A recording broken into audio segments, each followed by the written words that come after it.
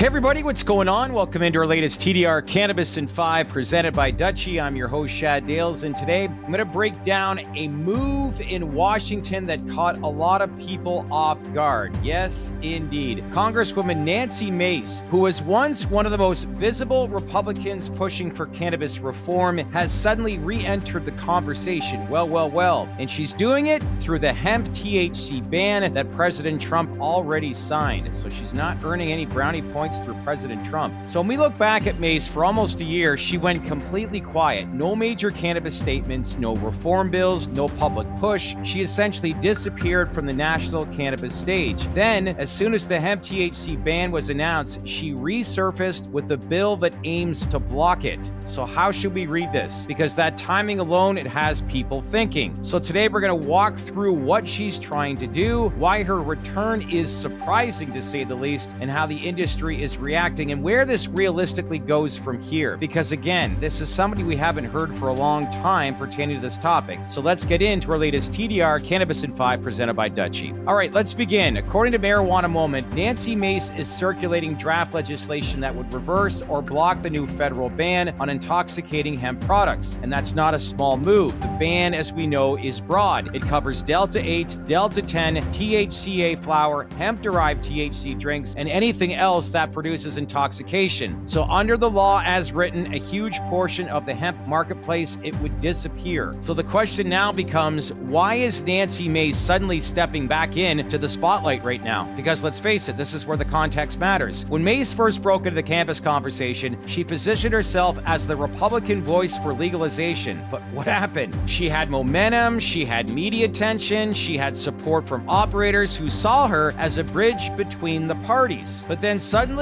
she went quiet. No updates, no bills, no commentary. I mean, nothing. So seeing her return through a hemp bill, especially one that directly challenges a Trump-signed policy, it definitely caught a lot of people by surprise here. So now the question is this bill going to go anywhere? That's the part people need to be realistic about. The political environment right now is not geared towards reversing the ban at all. There is very little momentum inside Congress to reopen this discussion right now. Leadership isn't signaling any willingness, and really the White House, it appears focused on rescheduling, not revisiting hemp language. So while Mace can theoretically generate attention, and she is, the odds that she actually succeeds, they remain extremely low. So this is not a moment where Congress is looking to relitigate the hemp issue, but that doesn't mean her move is meaningless here. So now let's talk why this may matter just a little bit. First, it highlights the reality that the hemp industry is absolutely scrambling right now. We were just in Washington this week, and you could feel the urgency.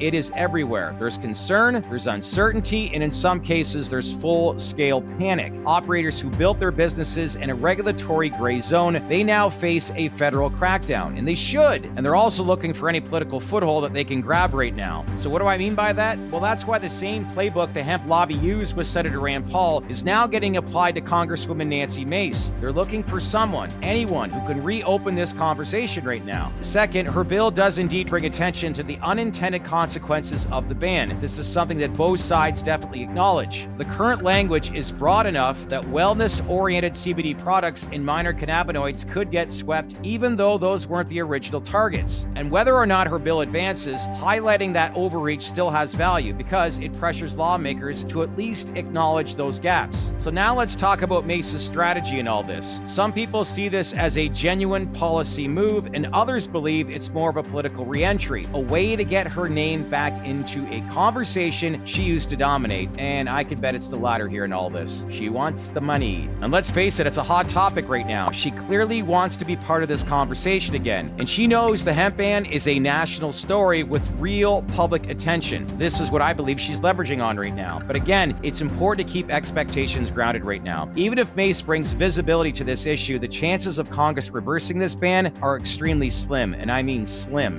Why? Well, that's just the political theater that we're in right now. So now what does this mean for the hemp industry? It means the real action over the next year will happen around the following: clarifications, definitions, enforcement boundaries, and how states interpret federal guidance. And when you add those in, it's not going to be through a full repeal. And that's what Mace's bill, even if it doesn't pass, is still part of the story. It raises the profile of the concerns, and it creates dialogue, and it forces Congress to acknowledge the unintended outcomes, even if they have no plans plans to change the core of the ban. So before we wrap up today's podcast, I do want to talk about one more bigger picture story. What we saw in Washington this week, and it was a story that reinforces, is that hemp operators and cannabis operators are living in two completely different policy worlds right now. The hemp side, as I said in a previous video, is fighting for survival. Meanwhile, the cannabis side is watching a competitor get cut off by federal law, and together they still haven't found a unified path forward. So if anything, Mace's move shows just how fragmented this landscape really is. Hemp is trying to save itself. Meanwhile, cannabis is trying not to get dragged into hemp's problem. And you can bet they don't want to get dragged into that one. And when you combine those two angles, right now, Congress, they're more focused on enforcement, not rewrites. So as we bring this all together, here's my takeaways. Takeaway number one, Nancy Mace's return, it surprised a lot of people because, like I said, she's been silent for months, then jumped back in at the exact moment hemp panic hit. So how much credibility is there there? Takeaway number two, her bill will create attention, but the odds of it passing are extremely low. Then we have takeaway number three, the hemp industry, again, it's scrambling, and Mace is becoming their new political focus right now. And then moving on to takeaway number four, expect debate around clarifications, but not a reversal of this ban. It's not happening. And finally, takeaway number five, this moment highlights just how fragmented cannabis and hemp policy has become and really how far we still are from a unified national approach. So that's the full picture here in this latest news involving this bill that Nancy Mace is trying to pass. And again, this hemp industry is in full scramble mode right now. So let us know your thoughts in the comments below and what you thought of this announcement by Congresswoman Nancy Mace. Do you think it'll go anywhere? As I said, keep this conversation going. So leave your comments below. And as usual, if you like the breakdown of this video, give it a like, smash on that bell for all notifications, and greatly appreciate it. If you haven't done so already, make sure to subscribe to us here at TDR. That's it for now, everybody. I'll see you in the next video. I'm your host, Shad Dales, and thanks again for watching our latest TDR Cannabis in 5 presented by Dutchie. Take care, everyone.